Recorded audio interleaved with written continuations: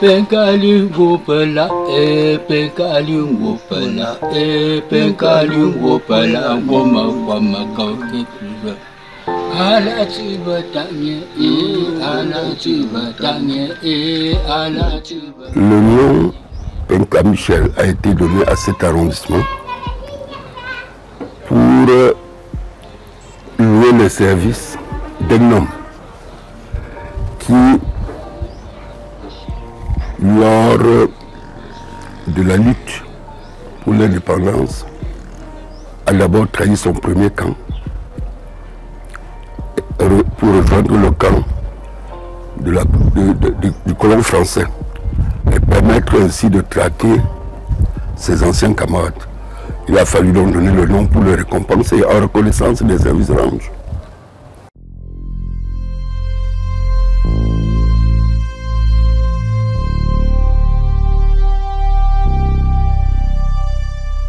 Voilà, un jour je deviens donc député. Quelques grands éléments qui avaient été upécistes avec le patriarche Penka Michel, qui viennent ici à la chefferie à minuit me dire ceci. Folamnet, tu es député. Ça veut dire que quelque part ta voix peut porter. Nous avons été milités ensemble dans l'UPC avec le père Penka Michel.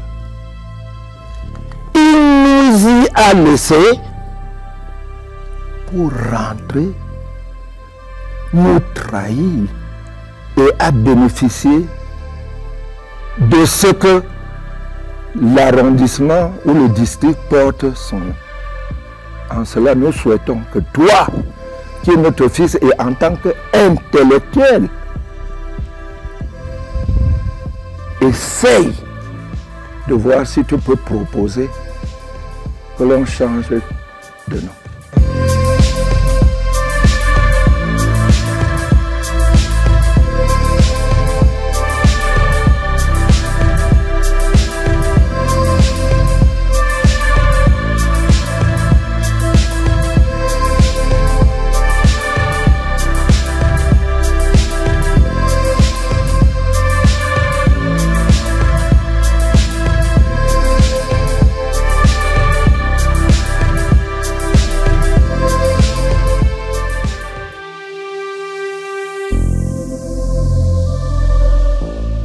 Je m'appelle Moafo, ici de Bacho, nom qui a été déformé par l'officier d'état civil.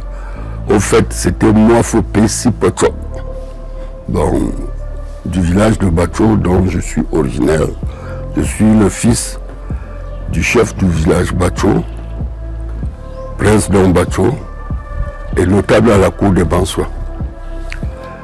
Dans ma vie civile, je suis commissaire de police à la retraite, mais un amoureux de l'histoire et de nos traditions.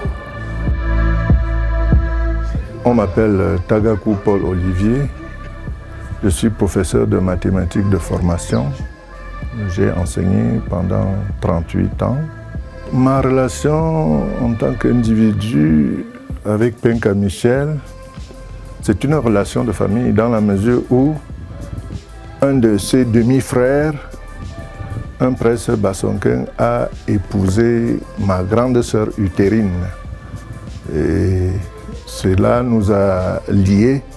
Cela m'a permis de connaître Papa Penka en tant que prince de la chefferie Bassonkin. Mais il ne fallait pas que cela pour le connaître dans la mesure où il a joué un certain rôle dans la période de 58 à 65, période pendant laquelle j'ai fait mon école primaire à Bansois.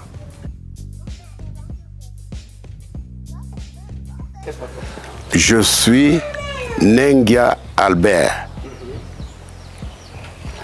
ancien chauffeur de lignes de Douala et Yaoundé. Mon père était l'aîné à Papa Penka Michel.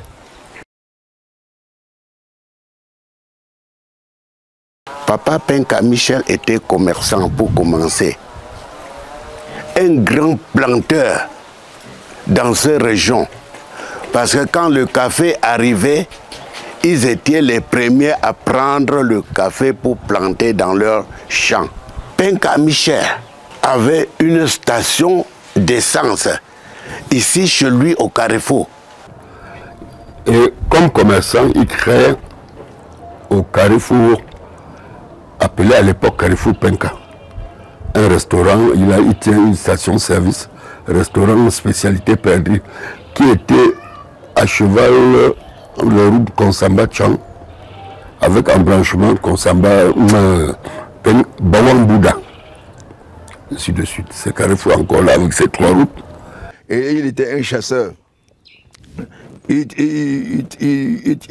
attrapait chaque fois le perdrix.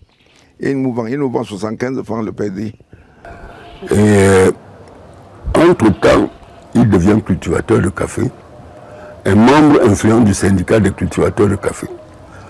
Mais à un moment donné, le syndicat aussi boude l'administration. Et l'UPC en profite pour recruter beaucoup plus dans les rangs des syndicalistes.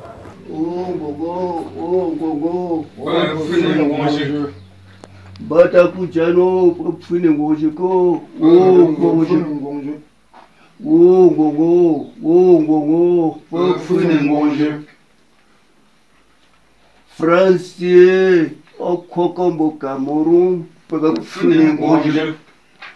Francino, Okokombo Cameroun,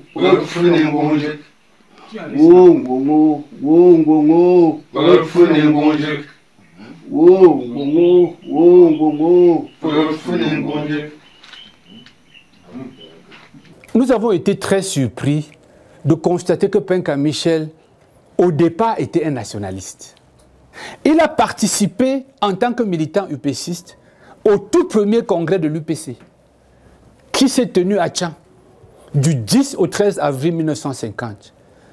Il était présent avec So Elias, Domo Daniel, Tan Nicodème et bien d'autres. C'est au cours de ce congrès que Djoumé Mathias a été porté à la tête de l'UPC et Ruben Unobé fait secrétaire général de l'UPC. Donc, seulement au sortir du congrès, Penka Michel est un peu déçu.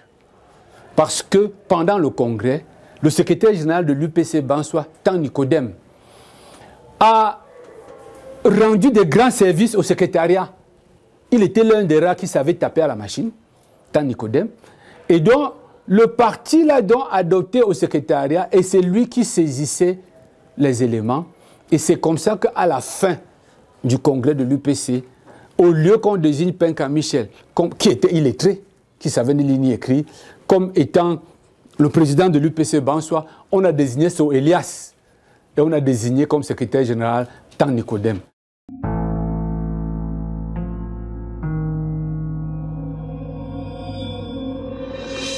Il y a eu une affaire de terrain à Penka Michel, qu'on a appelé le terrain de la garde. Un terrain que le chef Bansoa, le chef supérieur Bansoa de l'époque, avait cédé à la garde pour la culture de quinquennat. Au moment de borner le terrain, la garde n'a pu respecter les clauses et a pris plus qu'il n'en fallait, bousculant même à côté certaines populations qui y vivaient. En 1942, Marcel Lagarde a demandé en jouissance, pas en possession, 10 hectares au chef supérieur Bansoa pour pouvoir agrandir sa plantation de quinquennat. Le chef supérieur a accepté. Mais je vous donne ici les éléments qui vont vous permettre de comprendre que Marcel Lagarde a abusé. En 1942, il avait 10 hectares. En 1944, Marcel Lagarde avait occupé 71,5 hectares. En 1945, il avait occupé 330,3 hectares. En 1948, il avait occupé 539,21 hectares. En 1953, Marcel Lagarde avait occupé 548 hectares. En 1955, il avait 548 hectares de terrain sur ce qu'on appelle aujourd'hui l'Enga, le domaine Lagarde. Donc l'UPC, en occupant cet espace, Marcel Lagarde a expulsé les populations propriétaires de leur terre ancestrale et les a contraints d'habiter dans la périphérie dans le but de pouvoir les utiliser comme main-d'œuvre dans les plantations. Le chef a fait des pétitions pour demander que Lagarde n'occupe que la parcelle qu'il lui avait octroyée. Et malheureusement aussi, compte tenu de ce que les nationalistes trouvaient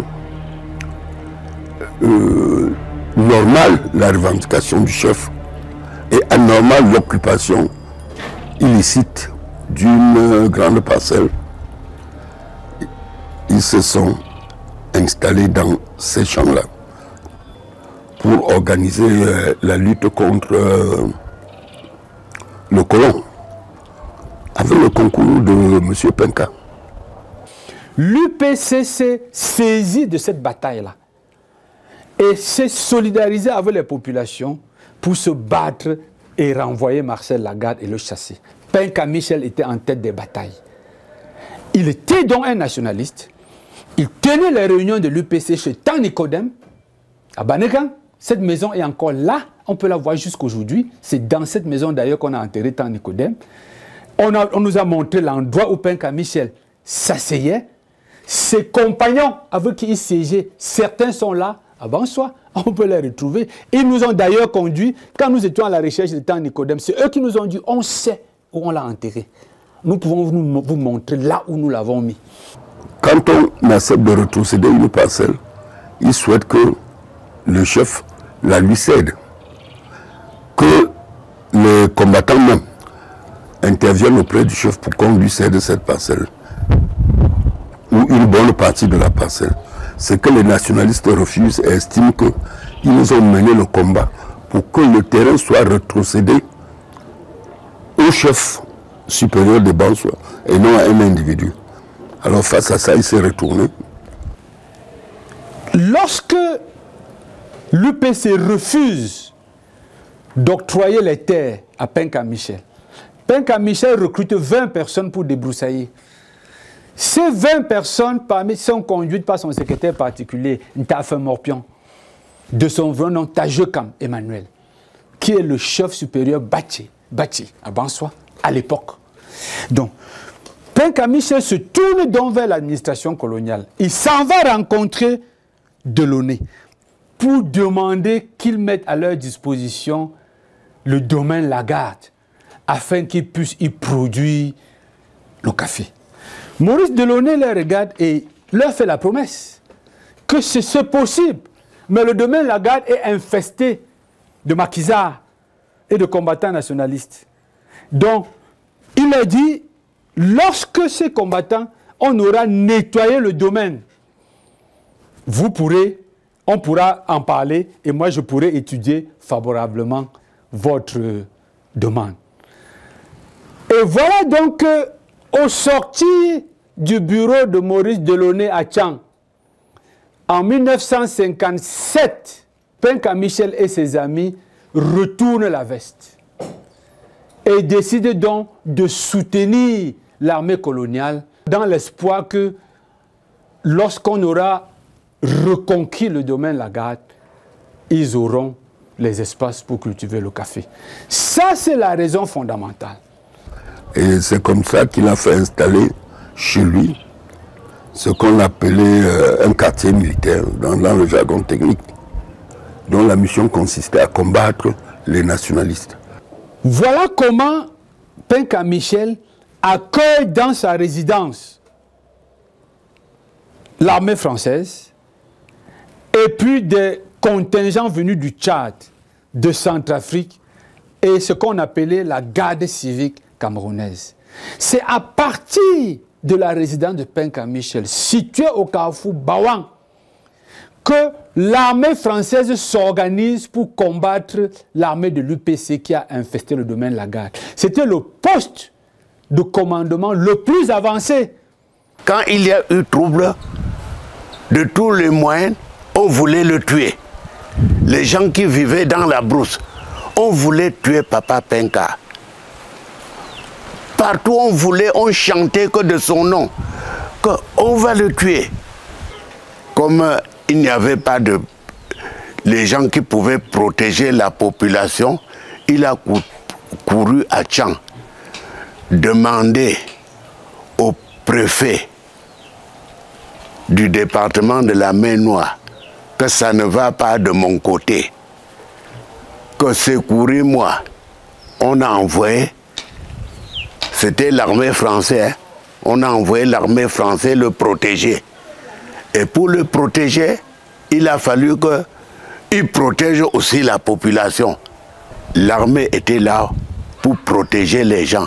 L'armée française, avec les Blancs et les Nordistes, avec les cicatrices ici comme ça. Si bien quand tu voyais les gens avec les cicatrices comme ça, tu avais vraiment peur. Et Penka Michel est donc devenu un relais de l'administration française, un indique qui renseignait les forces françaises à travers le chef de subdivision, à travers le chef de la région de Tchang. Ensuite, il envoyait les noms, bien sûr, de tous les esprits fondeurs, et particulièrement des UPCistes. Et par la suite, il est même allé plus loin en accueillant dans sa concession les forces françaises qui étaient là pour éliminer toute opposition nationaliste. Ce rôle de Papa Penka Michel consistait à conseiller officiellement les populations à se désolidariser des maquisards.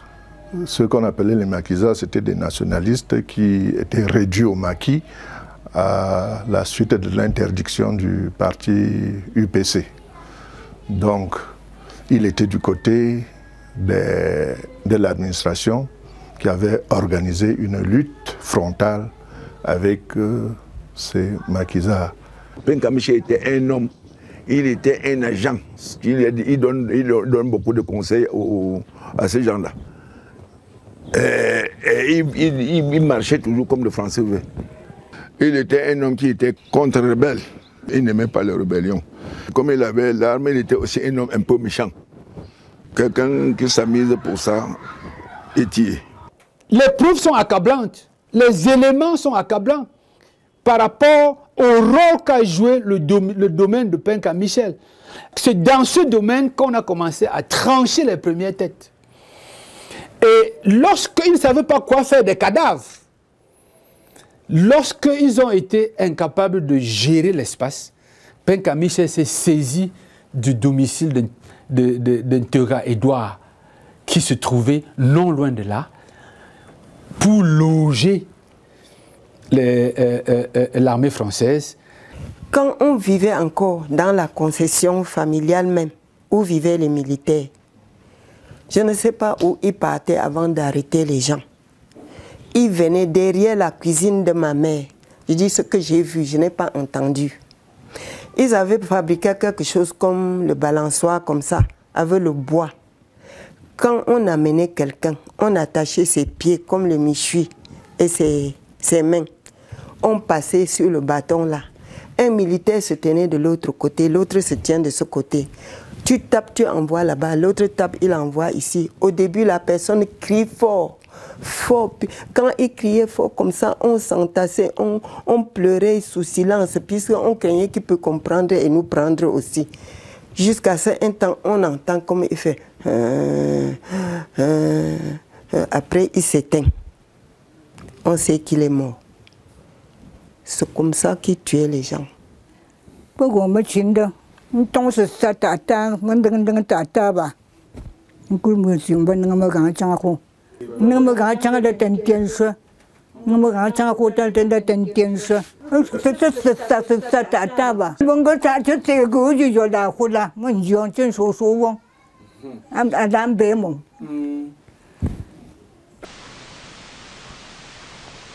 Je ne voudrais cependant pas passer sous silence certaines difficultés qui ont risqué de compromettre notre évolution et de remettre en cause les progrès accomplis depuis de nombreuses années. L'Assemblée générale des Nations unies connaît bien ces difficultés. Il lui a été rendu compte des événements de mai 1955, au cours desquels certaines formations politiques ont provoqué des troubles sanglants. Ils décidèrent la création d'une formation paramilitaire destinée à lutter par la force contre leurs compatriotes qui s'opposaient à leur action ou refusaient de les aider.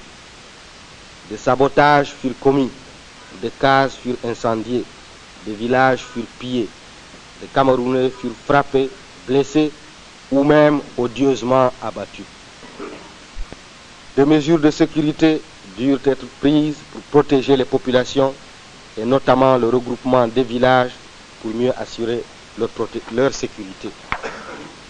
Monsieur, on a parlé d'une répression aveugle, de l'état de guerre qui existait au Cameroun, des camps de concentration, de bombardements, de chars d'assaut, de dizaines de milliers de militaires engagés dans l'action répressive. Est-ce là un motif pour condamner notre volonté d'accession à l'indépendance? C'est abominable les crimes commis à Penka-Michel pendant les luttes nationalistes. Il y en a, c'est aujourd'hui que beaucoup se relèvent pour dire oui, on avait perdu tel, on avait perdu tel, on avait... Puisqu'à un moment donné, on n'arrivait pas à en parler. C'est depuis que la France a osé dire qu'on va ouvrir les archives, que même les gens, les langues se délient. C'est abominable. Il y a des familles qui ont été entièrement exterminées. Le chef qui était le père à mon père, on lui a tué, découpé dans la nuit. Chef Bassonkan, les maquisards l'ont tué. Bon, écoutez comment quelqu'un tue son père. Est-ce que c'est normal? Parce que quelqu'un dans le temps là savait que tel est comme ça. Il le tue. Il fait un groupe, il forme un groupe pour aller le tuer. Vous voyez que c'était comme ça pour arranger le pays. Et quand le trouble était fini, où ils ont fait comment pour faire la confession publique, les gens ont accepté ce qu'ils ont fait du mal dans le temps là. Il y avait les gens qui ont dit que chacun va dire ce qu'il avait fait. Tu comprends comment quelqu'un dit que c'est moi qui avais tué mon père. C'est moi qui avais fait ceci et cela. J'ai tué une femme enceinte. Tu comprends comment quelqu'un dit qu'il a tué une femme enceinte. Une femme enceinte. Il y a beaucoup de coups que lui-même faisait monter.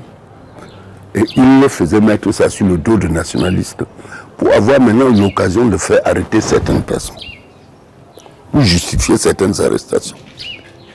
Il y a par exemple, quand je regarde l'incendie, l'incendie de notre chefferie, c'était par les colons français, l'incendie de la chefferie supérieure, Bonsoir, et même la mort, l'enlèvement du chef.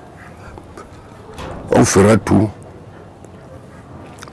On ne nous dira jamais que Penkani était pour rien. La statue Manquité, qui se retrouve, je crois, au quai Berlin en France, là, on prononce bien le nom de la ville, a été volée dans la nuit de novembre, je crois, ça doit être un 28 novembre, où on a enlevé le chef et pied la chefferie, entre autres objets d'art. Bon, cette statue est d'autant plus marquante que c'était une des statues mystico-religieuses de la chefferie. Et comment on l'a découvert, on l'a reconnu en France. On a fait partie des gens d'ici, avec des bambous. Ils sont arrivés, ils ont visité beaucoup de musées, et c'est dans ce musée-là que la statue s'est signalée. Maintenant, nous nous posons la question. Si c'est bien les nationalistes qui avaient pillé la chefferie, d'où viendrait-il que la statue se retrouve en France? C'est ça le problème.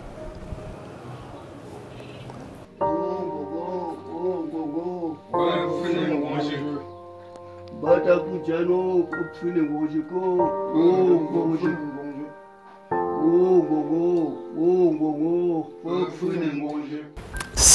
site qui abrite ce bâtiment est l'un des sites où on fusé ce qu'on appelait communément les maquisards. La place Mindran, c'est l'alliance franco-camerounaise, mais ce ne fut pas toujours ça dans l'histoire. Lorsque on remonte la charpente de l'histoire de Tchang, c'était une brousse ici. Et c'était un endroit idéal pour la colonie française d'exécuter ce dont ils n'avaient pas besoin. Donc, après la prison, à l'endroit où c'est pas loin de nous ici, leur jugement, leur condamnation à mort, c'est ici qu'on terminait avec eux. La présence même du cours d'eau qui coule derrière nous, cette eau-là leur servait à faire les nettoyages des lieux. Ça entre dans les techniques françaises, d'effacement des preuves. L'eau n'est pas loin de nous, l'eau est à quelques une vingtaine de mètres là, et le grand lac de cette eau-là est ici en face du musée des civilisations et ça passe par le pont là-bas. Donc c'est comme ça que la France s'organisait à éliminer les gens. L'armée était dirigée par les Français. Même si dans certaines casernes, on ne voyait pas de Blancs, alors les Blancs étaient précisément basés dans le domicile de Penka Michel. De manière précise, ils se liguaient avec l'armée française pour lutter contre les nationalistes, avec tout ce que cela comporte. Notamment les tueries, pourquoi pas. Pour ceux qui ne pouvaient pas se rendre, les dénonciations et bien d'autres choses que l'armée est tenue de faire pour gagner la bataille. Et les casernes étaient réparties, pour ce qui est de Bansoa, en 3 points. À Bawang, dans le domicile d'un certain Tega Edouard, à Banja, en 2 points, à côté de la mission catholique, dans le domicile d'un certain Wopiwo Dominique, et un peu plus bas, dans le domicile de Tamo Bernard, qui à l'époque avait fui et s'était réfugié à Tchang.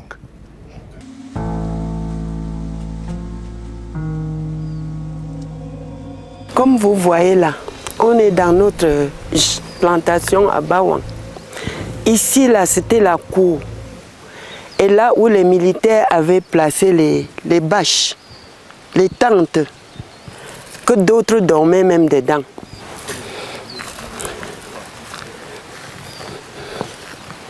Et ici, là, comme vous voyez les Sissongo aussi, c'était la grande maison de notre papa. Ici, là, c'était la base des militaires. Comme ils s'étaient venus s'installer, sans même nous demander, on était obligés de quitter même ici pour partir.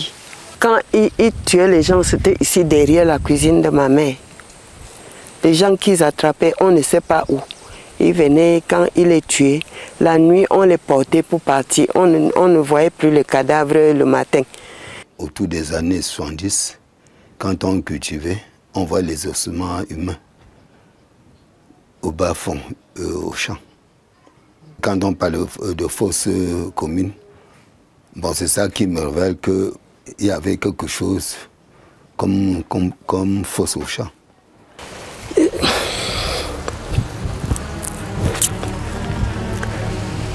J'ai toujours eu le regret de quitter ce quartier.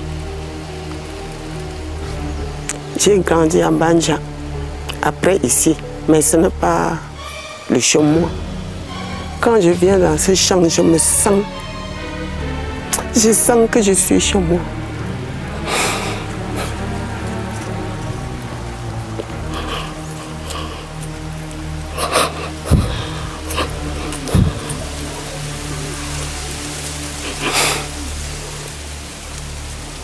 Un certain nombre de personnes se plaignaient de ce que l'armée, avant de s'établir dans leur concession, était dirigée par Penka Michel, notamment papa Ntega Edouard, qui l'a affirmé devant moi-même, avant sa mort, il n'est plus de ce monde, il a affirmé devant moi-même que bon, c'est Papa Penka, qui avait permis à l'armée de les déloger brutalement et d'installer l'armée dans sa concession.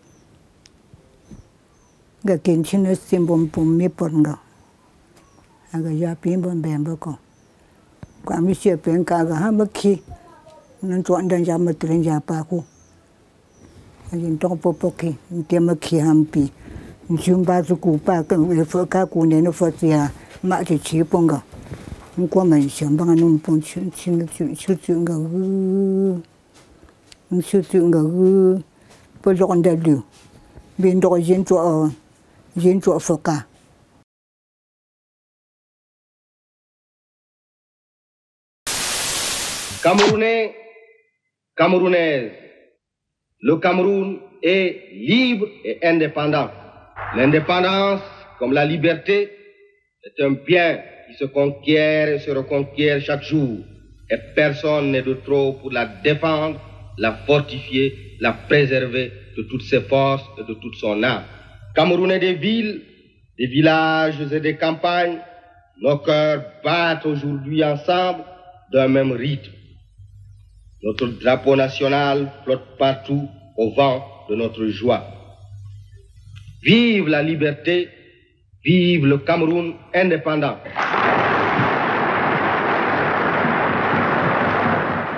À l'indépendance, on l'a récompensé en lui donnant au district naissant son nom. Et le district qui devait devenir l'arrondissement aujourd'hui qui porte le même nom. C'est une récompense du rôle que ce notable a joué dans la région Bamileke en soutenant la France coloniale contre le mouvement nationaliste. Tinkou Tchoukondo, le tout premier administrateur, a expliqué dans une correspondance adressée au préfet la raison pour laquelle l'arrondissement porte le nom de Penka Michel. La raison pour laquelle ça porte le nom de Penka Michel, permettez que je vous lise juste un paragraphe de son texte. Donc, l'unité administrative explique que la lettre du sous-préfet porte le nom de Penka Michel, de ce que M. Penka Michel, planteur, commerçant et conseiller municipal, natif de Bansoa, s'était, au moment des troubles, énergiquement opposé avec ténacité à l'action du terrorisme. Il est par ailleurs l'unique ressortissant de l'important groupement de Bansoa, 15 829 habitants, qui s'étaient tenus de plein pied dans la légalité. Il a notamment défendu dans sa concession ses propres biens qui y sont demeurés adéquats. Il ne cesse de soulever l'obstacle dans son entourage pour que l'action des rebelles ne puisse prendre projet de grande envergure. L'intéressé est titulaire de l'ordre de la valeur. Ça, c'est le texte qui justifie les décrets présidentiels qui baptise l'arrondissement du nom de Penka Michel. Les troubles qui ont secoué certaines régions du Cameroun se sont presque tous éteints. Nous avons fait, en collaboration avec les représentants de la France au Cameroun, tout ce qui était à notre pouvoir pour que le calme revienne. Nous sommes heureux de constater que nos efforts ont été couronnés de succès. Je dois dire d'ailleurs que notre tâche n'est pas complètement terminée et résolument nous continuerons à tout faire pour que le calme total revienne. Pour cela, nous ne ménagerons aucun effort, bien entendu. Nous comptons sur la bonne volonté, sur la compréhension de ceux, notamment les dirigeants qui ont été à la base de ces troubles. Quand Papa Ahidjo était content de Penka Miche, de comprendre le bien que Penka Miche a fait, Papa Ahidjo, un moment, il appelle Papa Penka Miche, viens à Yaoundé. Il a voulu récompenser Papa Penka Miche en lui donnant de l'argent. Comme il a sorti son argent pour payer l'armée française, il a dit que mon chef d'État, vous allez me donner l'argent pour faire quoi? Penka, le chef d'État Ahidjo, a dit que bon, cet homme, ce grand homme est comme ça, je vais le récompenser avec quoi?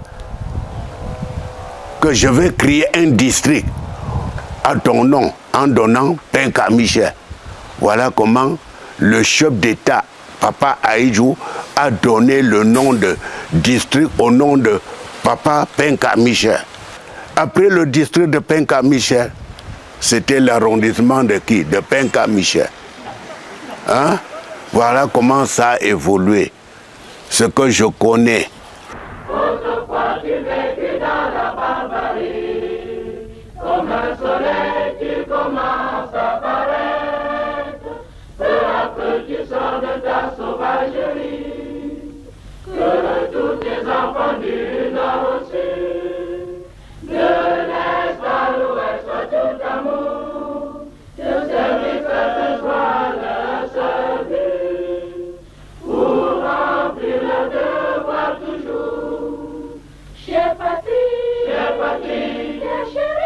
chère chérie, tu es notre seul et vrai bonheur, notre joie et notre vie, à toi l'amour et le grand honneur. Voilà, un jour je deviens donc député. Quelques grands éléments de chez nous. Pas des individus, mais des personnages aussi, politiques, qui avaient été upécistes avec le patriarche Penka Michel, qui viennent ici à la chefferie à minuit me dire ceci. Nous avons été milités ensemble dans l'UPC avec le père Penka Michel. Il nous y a laissé pour rentrer, nous trahir et à bénéficier de ce que l'arrondissement ou le district porte son nom. En cela, nous souhaitons que toi, qui est notre fils, et en tant qu'intellectuel, essaye de voir si tu peux proposer que l'on change de nom.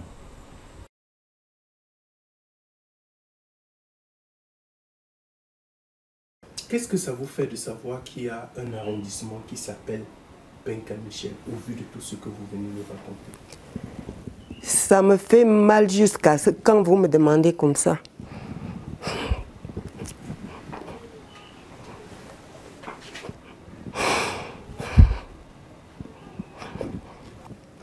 Quand j'entends seulement que Penka Michel sur l'arrondissement, quelque chose se passe sur moi. Nous avons tout perdu en logeant les militaires contre notre volonté, puisqu'on ne nous avait pas demandé. On a été obligés. Mon père était obligé de loger les militaires. Et ce, nous, on connaissait les militaires en ce moment-là. On ne connaissait pas. J'ai vu les militaires que chez nous, sur eux.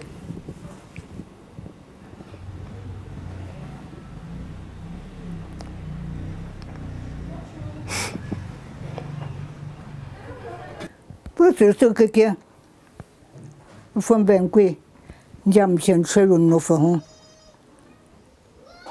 John Sunga, you gamble ponga put your law in Duan to gat and so on, Gombo, you to in Duan to Gabo. Prefer no for home.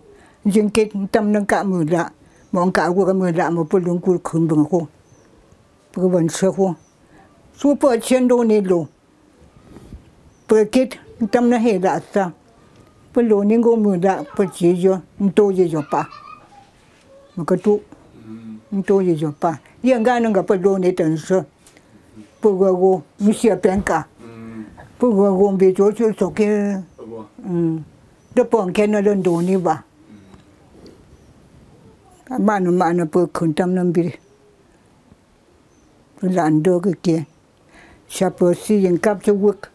Tapum bear payment for pay not each other. But no good and for chapeau see capture work out song yet and yet.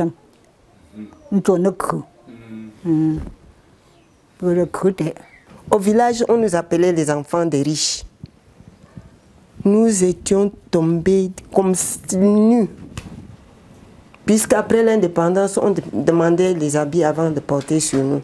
Alors que notre papa achetait nos habits à Douala quand il achetait la marchandise. Et ses chaussures, il commandait avant qu'on fabriquait, puisqu'il avait de très grands pieds.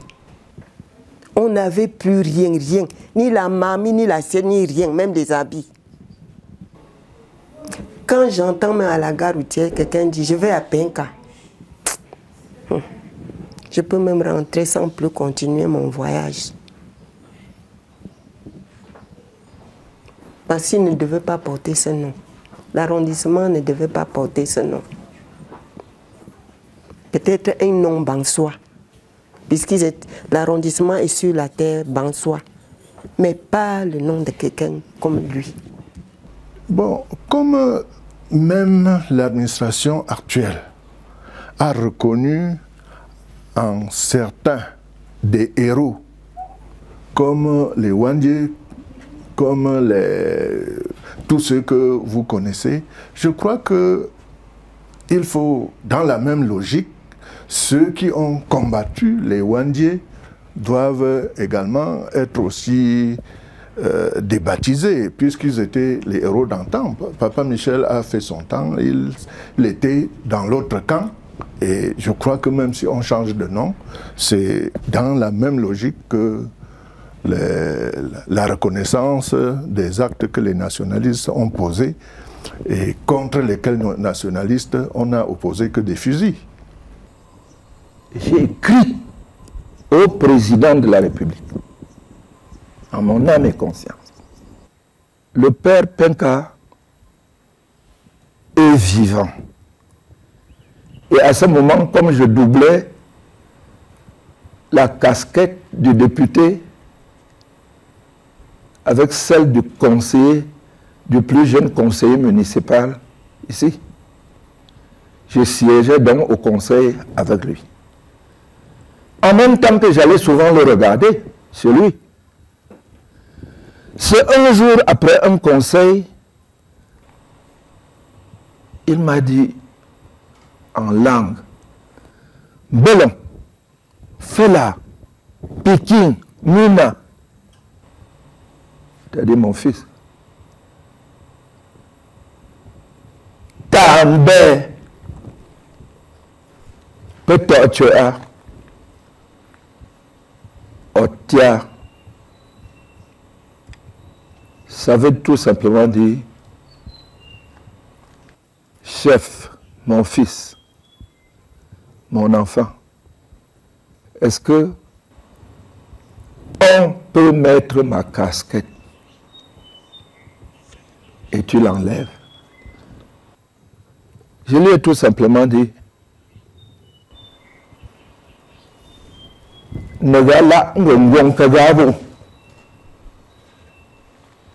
que le peuple Bansois a dit cela, et je n'ai pas prononcé le nom des autres. Et il s'est tu. Et il a dit, tu demeures mon fils. Et un jour, on me fait revenir que Ça n'a pas marché. J'ai relancé le président de la République, son Excellence, M. Paul Biya. Bon, après, je n'ai pas écouté de réponse. Et j'ai eu des menaces de la part de ceux qui tiennent le pouvoir, de mes frères, de mes grands qui tiennent le pouvoir aujourd'hui.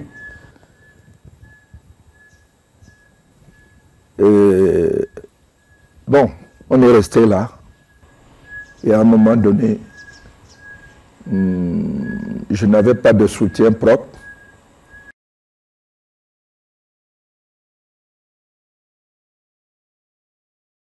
La crainte que suscitait Penka Michel plane encore dans certains esprits. Il y en a qui ne sont même pas convaincus qu'il soit mort. Vous trouverez certaines vieilles personnes là qui vous diront que non, Penka peut toujours... La crainte, c'est dans certains esprits, surtout les vieilles personnes. Beaucoup continuent à craindre. Et ils se disent, même s'il n'est plus, ces billets sont encore là. Surtout face au traumatisme qu'ils ont subi. La crainte plane. Vous verrez, allez interviewer certains vieilles, ils vont refuser de vous répondre parce qu'ils ont peur des représailles.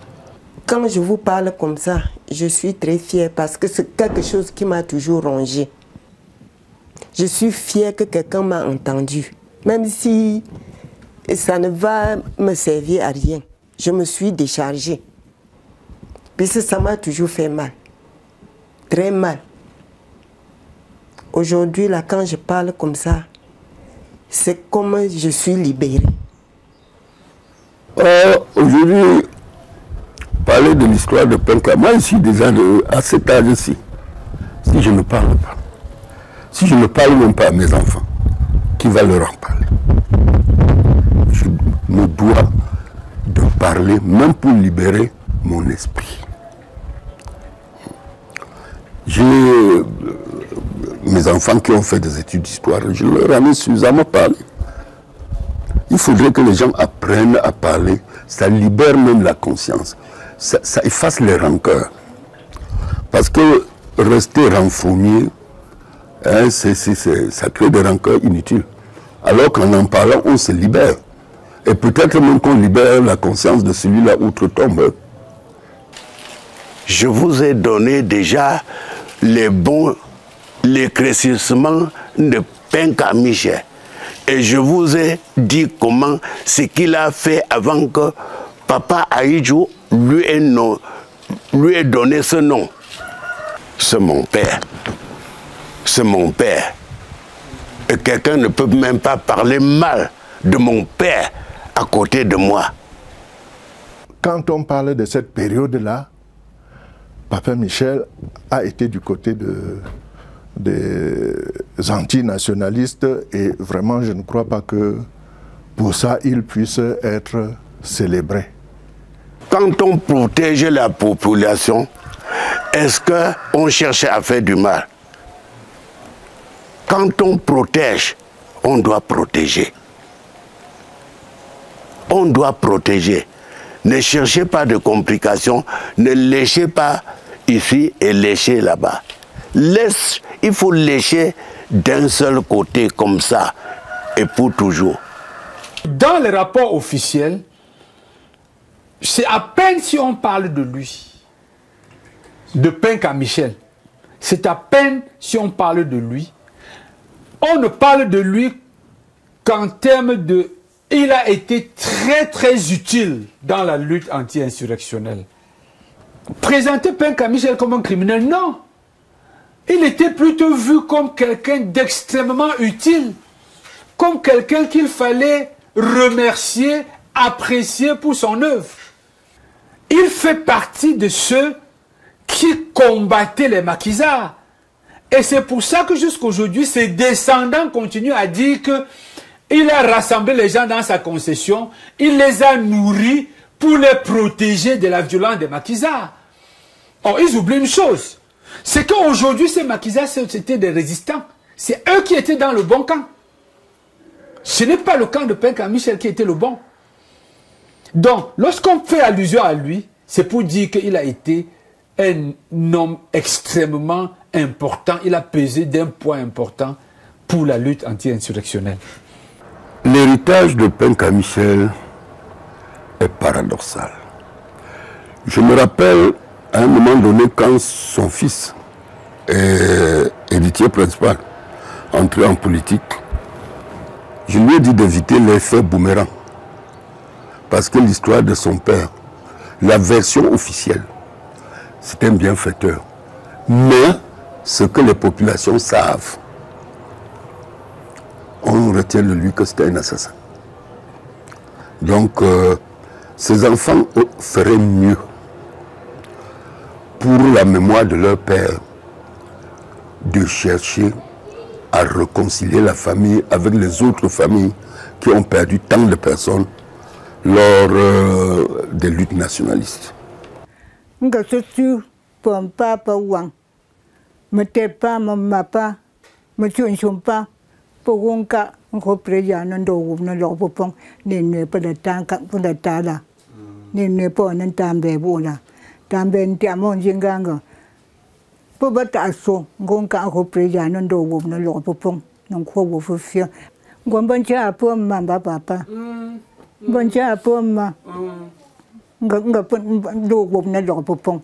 En histoire, il y a un principe, celui de ne pas juger les gens d'autrefois avec les idées contemporaines. L'historien cherche à voir pourquoi, à cette époque, dans ce contexte, les gens ont posé tel acte, tel acte, tel acte. La France n'a pas laissé beaucoup de possibilités au Cameroun. Ceux qui combattaient contre la France devaient être éliminés. Et dans ce contexte, ils n'étaient pas assez nombreux pour s'engager dans ce combat. Il y a un pan des Camerounais, certains qui ont décidé de jouer la carte de la France. On ne peut pas rayer le nom de l'histoire du Cameroun. Il constitue en quelque sorte le côté obscur de la dynamique évolutive de l'État du Cameroun. Et il est très important que nous, les historiens, nous présentons leur rôle sans chercher à les juger, mais en tentant d'expliquer pourquoi, en contexte colonial, ils ont pris la voie de la collaboration. Car le rôle de l'historien n'est pas de juger, mais de faire connaître les faits tels qu'ils se sont réellement passés. Les gens ont tellement politisé cette histoire même. La vérité n'a pas deux faces. La vérité n'a qu'une seule face. Et la face de la vérité, c'est la vérité elle-même. L'essence même de la vérité. C'est blanc, c'est blanc. C'est noir, c'est noir.